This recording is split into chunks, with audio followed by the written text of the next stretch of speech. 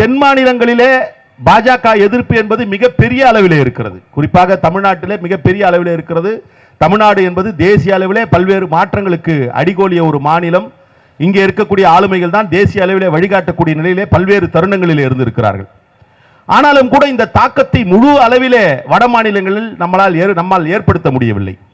அதற்கு மிக முக்கிய காரணமாக இருப்பது, இங்கே இருந்து அங்கே செல்லக்கூடிய தலைவர்கள் அங்கே இருக்கக்கூடிய மக்களிடம் உரையாடுகின்ற அல்லது அவரோட கனெக்ட் என்று சொல்லக்கூடிய தொடர்பு படுத்திக் கொள்ளக்கூடிய நிலையிலே இல்லை. இன்னும் கூட மிக குறிப்பாக சொல்ல வேண்டும் என்று சொன்னால், அங்கே இருக்கக்கூடிய மக்களிடம் இந்தியிலே மிக சரளமாக பேசக்கூடிய நிலையிலே இல்லை.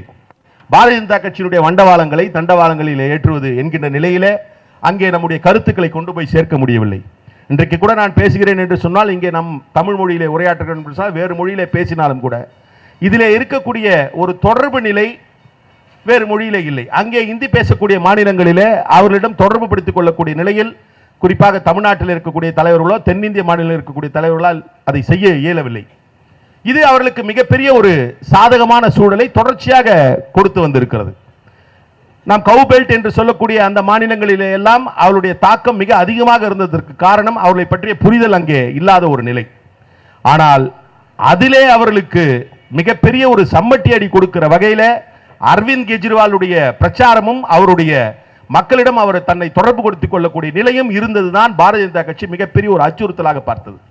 இன்னும் கூட மிக குறிப்பாக சொல்ல வேண்டும் என்று சொன்னால், எத்தனையோ இயக்கங்கள் எண்ணிக்கை அளவிலே கட்சியினுடைய கட்டமைப்பு அளவிலே மிகப்பெரிய கட்சிகள் தலைவர்கள் எல்லாம் இருந்தாலும் கூட வடக்கே அரவிந்த் கெஜ்ரிவால் அவர்களும் தெற்கே விடுதலை சிறுத்தைகள் கட்சி தலைவர் அண்ணன் எழுச்சி தமிழர் அவர்களுக்கு மிகப்பெரிய ஒரு த்ரெட்டாக பார்த்தார்கள்.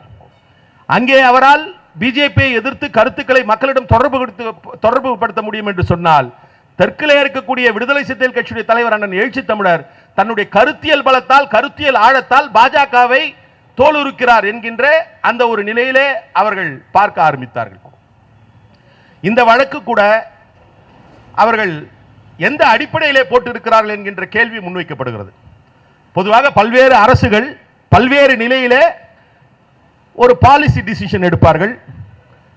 ஒவ்வொரு நடவடிக்கை தொடர்பாகவும், உதாரணத்துக்கு விவசாயிகளுக்கு ஒரு லோன் வழங்க வேண்டும் என்று சொன்னால், ஒரு உதவி செய்ய வேண்டும் என்று சொன்னால் அதற்கான ஒரு செயற்குறிப்பு, ஒரு பாலிசி டிசிஷன் எடுப்பாங்க, பாலிசி நோட் எடுப்பாங்க.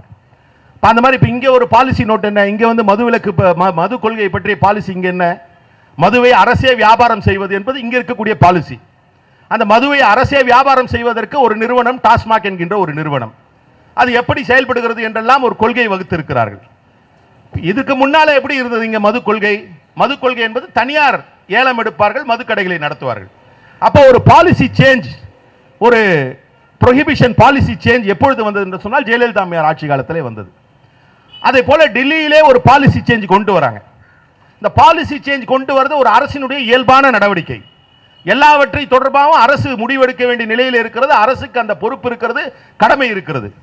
ஆனால் அதிலே ஒரு குற்றம் கண்டுபிடிக்கிறார் என்று சொன்னால், இன்றைக்கு எந்த திட்டமாக இருந்தாலும் எந்த அரசாக இருந்தாலும் வெகு இயல்பாக குற்றம் சாட்ட முடியும். உதாரணத்துக்கு இங்கே தொழில் தொடங்க வேண்டும் என்கின்ற நிலையிலே சிறு குறு தொழிலதிபர்களுக்கு ஒரு சலுகை வழங்கப்படுகிறது, அரசு அதை சலுகையாக செய்கிறது என்று சொன்னால், ஒன்றிய அரசு நினைத்தால் இது சலுகை அல்ல, இதில் ஏதோ இந்த அரசை வழிநடத்துபவர்களுக்கு லாபம் இருக்கிறது, பொருளாதார லாபம் இருக்கிறது என்று அவர்கள் குற்றம் சாட்ட முடியும். அப்படிப்பட்ட ஒரு பொய்யான குற்றச்சாட்டின் அடிப்படையிலே தான் அவர் இன்றைக்கு சிறைக்கு அனுப்பப்பட்டிருக்கிறார். சரி, இந்த குற்றச்சாட்டு வந்தது. இந்த குற்றச்சாட்டு வந்து இந்த குற்றச்சாட்டின் மீது நடவடிக்கை எப்பொழுது எடுத்தார்கள்? அது மிக மிக முக்கியமாக நாம் இந்த வழக்கிலே பார்க்க வேண்டிய ஒரு நிலையிலே இருக்கிறோம். அவர் குற்றம் செய்தார் என்று சொன்னால், இங்கே பேசியவர்கள் சொன்னது போல சம்மன் தொடர்ந்து வருகிறது. அவர் அந்த சம்மனுக்கு ஆஜராகாமல் இருக்கிறார். நான் என்ன தவறு செய்தேன், என்னால் ஆஜராக முடியாது என்று சொல்கிறார்.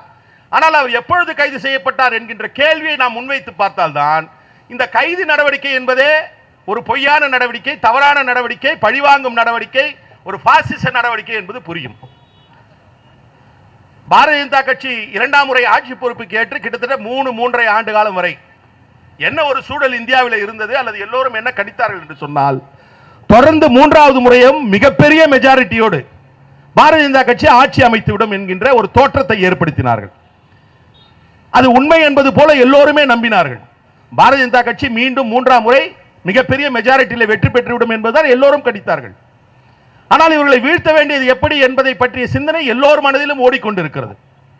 குறிப்பாக தமிழ்நாட்டை பொறுத்தவரை விடுதலை சிறுத்தைகள் கட்சி தலைவர் அண்ணன் எழுச்சி தமிழர் அவர்கள், நீங்கள் அவருடைய பேச்சுக்களை இன்றைக்கு ஏதோ கட்சியிலே பொறுப்பாளராக இருக்கிறேன், சட்டமன்ற உறுப்பினராக இருக்கிறேன் என்பதற்காக நான் அதை முன்னிறுத்தவில்லை. இது எல்லாமே அப்படியே பப்ளிக் டொமைன்ல இருக்கு. இந்திய அரசியலில் எப்பொழுது பாஜகவை வீழ்த்துவதற்கான வியூகம் யாரால் முன்மொழியப்பட்டது என்பதை இன்றைக்கு பப்ளிக் டொமைன் என்று சொல்லக்கூடிய இணையத்திலே தேடினா தேதி வாரியாக இருக்கும். எப்போ பேசினார்? ஒரு 2 அல்லது 2.5 ஆண்டுகளுக்கு முன்பு விடுதலை சிறுத்தைகள் கட்சியின் தலைவர் எழுச்சி தமிழர் ஒரு முன்மொழிவை வைக்கிறார். பாரதிய ஜனதா கட்சியை வீழ்த்த வேண்டும் என்று சொன்னால் இந்தியாவில் உள்ள கட்சிகள், அவர்களை எதிர்க்கக்கூடிய கட்சிகள் எல்லாம் அந்தந்த மாநிலங்களிலே தேசிய அளவிலே ஒன்றாக இணைந்தால்தான் பாஜகவை வீழ்த்த முடியும் என்கின்ற ஒரு கருத்தை முன்வைக்கிறார். இன்னும் கூட குறிப்பாக சொல்ல வேண்டும் என்று சொன்னால், பக்கத்தில் இருக்கக்கூடிய தெலுங்கானாவில் சந்திரசேகர் ராவ் தன்னுடைய கட்சியினுடைய பெயரை தெலுங்கானா ராஷ்டிரிய சமிதி என்பதை பாரதிய ராஷ்டிரிய சமிதி என்று தேசிய கட்சியாக மாற்றுகின்ற விழாவிற்கு அழைத்திருந்தார். அந்த விழாவிலே அவருடைய கட்சி செயற்குழுவிலே விடுதலை சிறுத்தைகள் கட்சியுடைய தலைவர் எழுச்சி தமிழர் போய் பேசுகிறார்.